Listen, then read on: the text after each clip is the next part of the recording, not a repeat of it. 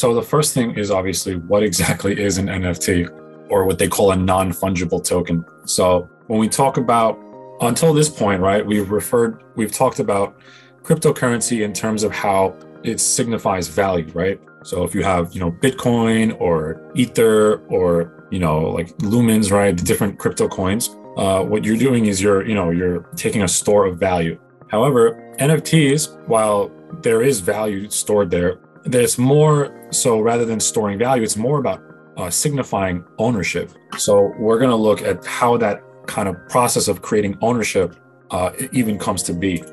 So we'll start with some basic concept of what exactly is to be fungible or non-fungible. So fungible is an actual word, and even though it's not a popular word, and what it really means is it describes something that is interchangeable or something that has no unique properties. It can be divided into smaller units for the same value. Like, for example, like a Poland Spring water bottle is fungible because you can trade it for another Poland Spring bottle, all things being equal, and it's got the same value, right? As long as it holds water. Another example in terms of currency would be, let's say, a dollar bill. You can trade $1 bill for another dollar bill, and you wouldn't really lose or gain any value. Nothing would really change. You can still spend it on the exact same amount of things. And in terms of being divided, right? Like if you have $100 bill, you can break it up. You can break it up into 250s, or you can break it up into 520s or 101s. So that is the property of something that is fungible. Now, something that is non-fungible, on the other hand, is something that can't be exchanged with something else, and it cannot be divided into smaller parts that equal up to the sum, right? So an example would be like rare baseball cards. Like you couldn't trade a Matheson card for a Babe Ruth card, right? They're completely different things. They're completely unique. It's like it's got its own fingerprint, right? Or the Mona Lisa. There's only one Mona Lisa, right? Even though there's probably been millions of different pictures of the Mona Lisa on the internet, even like different memes, internet memes have been made out of it, but we know that there is an original Mona Lisa, and it's determined by certain characteristics, like maybe the paint strokes or the quality of the fabric that it's on, or for the baseball cards, maybe they're a signed card by Babe Ruth himself. So being non-fungible, there are certain unique characteristics about it that set it apart from anything else that is out there. Yeah. So like this picture of the Mona Lisa, right? Would you pay, hundreds of millions of dollars for this little digital picture of the Mona Lisa? No, right? Of course not. But the one that's sitting in I think it's in the Louvre in France or wherever it is now, that's the one that has the real value, right? Of course. If somebody stole it, they'd probably go to jail for a long time, right? So we get it. So there's fungible and non-fungible, right? So an NFT is a digital token that has the properties of has the quality of being non-fungible, right? Can't be broken up or anything like that. So an NFT has certain properties that make it what it is.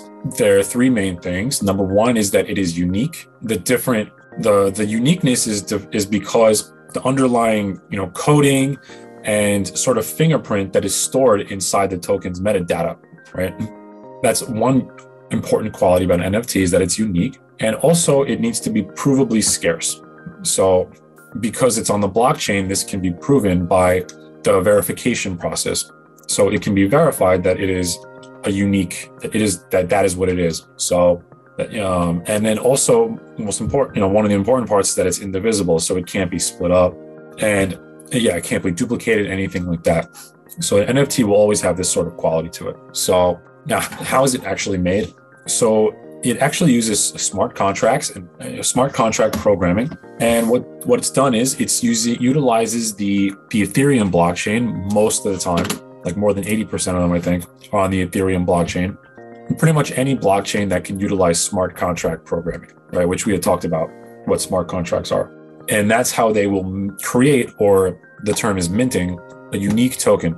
And it'll have typically the same visual and audio characteristics as the original asset.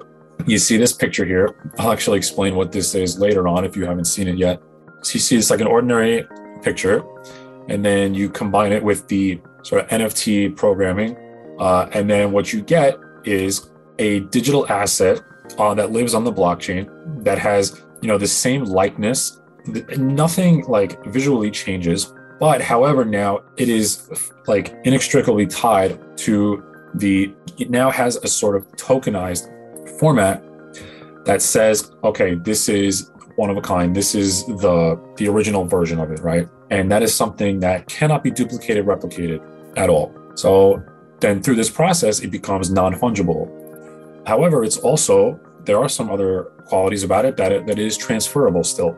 So you can put it on a market and sell it, or you can trade it.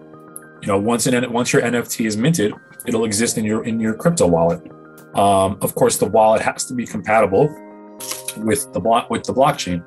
So if you're doing it on Ethereum, they'll have a list of wallets that you can see which are compatible with the Ethereum blockchain. And one of the biggest sources of value from NFTs is that it's fraud proof. It's just, yeah. And then also it's programmable. So not only do you use programming to create the smart contracts, but you can also program the NFT itself with certain parameters. For example, you can set the price when you list it on a market.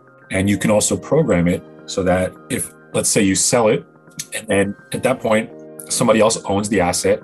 At that point, any future resales, you can actually collect royalties on if you program it. Also, you can program the amount of copies that you want to exist. So many, many different ways that you can program it. And there's new ways of programming all the time. So this is essentially what an NFT is and how it's made. The way to do it is to, you go to the Ethereum blockchain, and then there's different programs that will allow you to create and mint an NFT. I forgot the name of one of the popular ones, but yeah, you just go, you put your, let's say the picture into the program that you want, and you also need to pay certain fees. So, which they call gas fees or, transaction fees, right, on the Ethereum blockchain. And then through that process, then you can have yourself, your NFT. So these days, because Ethereum is so crowded and it hasn't been scaled properly, the fees can be pretty high. So it can cost you, it can cost you more than $100 to make one NFT. I mean, if you make a lot of money off of it, then it's, a small price to pay. But, if you want to make a lot of NFTs, it can be very pricey. So it's something to think about.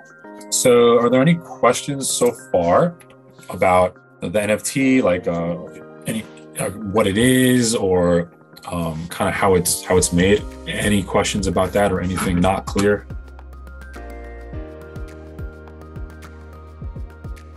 All right, so that's everything for today. And if you have any questions, please leave a comment. Thank you.